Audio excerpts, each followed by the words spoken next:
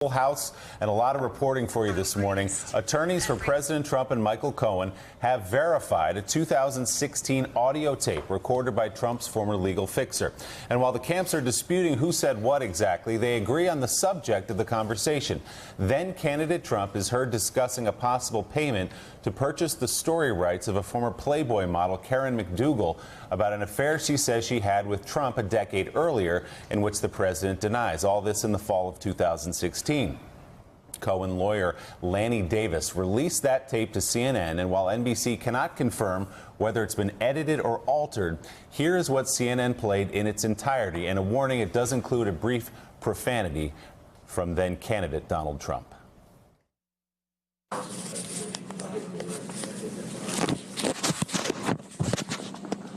Let me know what's happening, okay?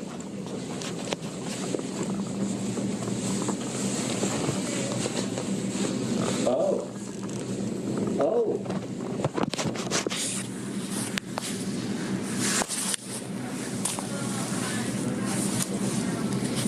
Maybe because of this, it would be better if you didn't go. You know, maybe because of this, for that one. You know, I think what we should do is get rid of this because it's so false what they're saying. It's such bullshit.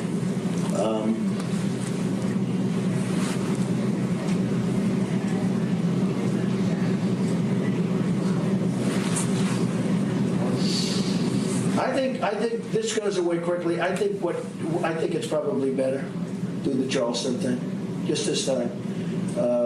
Yeah, in 2 weeks it's fine. I think right now it's better. You know?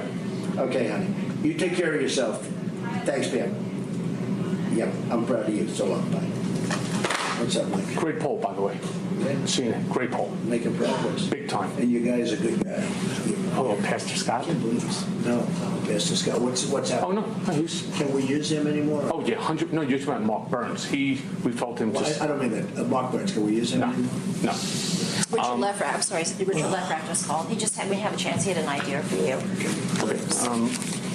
So we got served from the New York Times. I told you this regarding to unseal the divorce papers with Ivana. We're fighting it. Kasowitz is going to never be able to get that done. Never. Kasowitz doesn't. They'll ever be able. They don't have a. Give me your code, please. They don't have a legitimate purpose. And you have a woman that doesn't want to unseal. Correct. So you've been handling it. Yes, and it's all. It's been going on for a while. For about 2-3 weeks now. All you have to do is delay it for. Even after that, it's not going to ever be opened. There's no purpose for it. Told you about Charleston. I need to open up a company for the transfer of all of that info regarding our friend David. You know, so that I'm going to do that right away. I've actually come up and I've spoken to Alan Weisselberg about how to set the whole thing up with. So what are we going to pay? Funding. Yes, and it's. All the stuff, because you never know where that company, you never know where he's going to be. Gets it by. Correct. So I'm all over that, and I spoke to Alan about it when it comes time for the financing, which will be. Listen, what financing? We'll have to pay you. So no. I got no. All right, so we're going to work through exactly what you heard right there. But first, the exclusive rights to McDougal's story, we want to remind you, were purchased and never published for $150,000 by the National Enquirer's parent company, American Media, whose chairman, David Pecker, an ally of the president, may be the man Cohen is referring to when he mentions our friend David. Trump and McDougal met at the Playboy Mansion in June of 2006, 3 months after Melania Trump gave birth to Trump's youngest son. According to The New Yorker, she continued to see him in L.A. for several months after that, and he allegedly offered her money.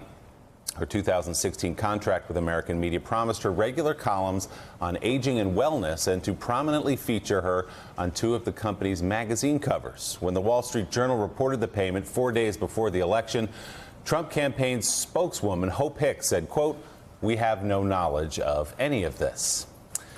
Let's bring in senior reporter at Vanity Fair and NBC News and MSNBC contributor Emily Jane Fox. Emily, good morning. You've been wired into Michael Cohen's world for a very long time. In fact, you were here yesterday talking about a different piece of this story. Just walk us through a little bit of what we heard last night and how the decision was made by Lanny Davis, the attorney for Michael Cohen, and by Michael Cohen to make it public. Well, I think the most interesting thing about the tape is it is very clear that in the height of the election, President Trump was clearly plugged in to all that Michael Cohen was doing. So whether that was this payment made or the talk of the payment made to AMI or something about his divorce papers being unsealed or not being unsealed, what is clear is that the president knew about everything that was going on. And I think that was a very calculated strategy made by Michael Cohen and his attorneys yesterday. Since Friday, people in Cohen world had been telling me that the narrative that Rudy Giuliani had put out about this leaked recording on Friday was not accurate, that was not the full story, and that there was much more to know when the transcript or the recording would actually come out. Now, I don't think that anyone believed it would come out so soon, but what we saw over the weekend was a lot of growing frustration from Cohen and the people around him. This narrative they believed was not accurate. People were really believing it. And Cohen believes that there is a calculated strategy in the works from people around the president to discredit him, to make him look like he had nothing to do with the president, that the decisions that he made were made on his own and the president had no idea. And so watching cable news all weekend, watching cable news yesterday, the frustration continued to mount.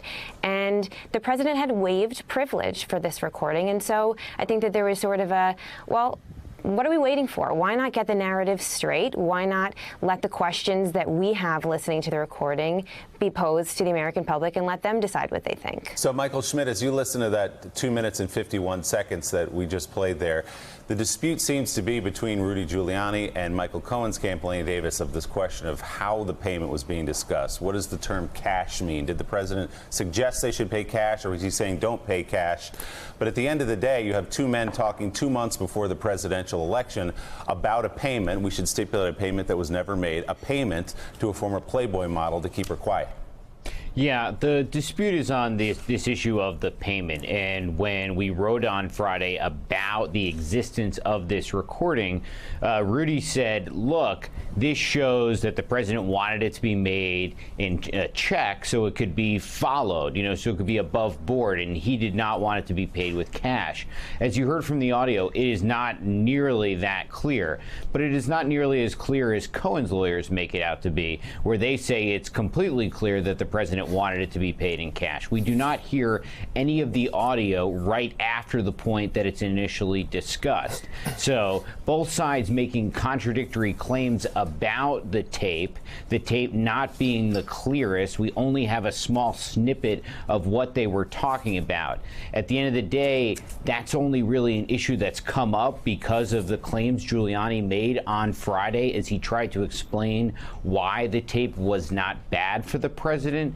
But ultimately, as you point out, look, this is something they were talking about. The president clearly knew about it. Thanks for checking out MSNBC on YouTube, and make sure you subscribe to stay up to date on the day's biggest stories. And you can click on any of the videos around us to watch more from Morning Joe and MSNBC. Thanks so much for watching.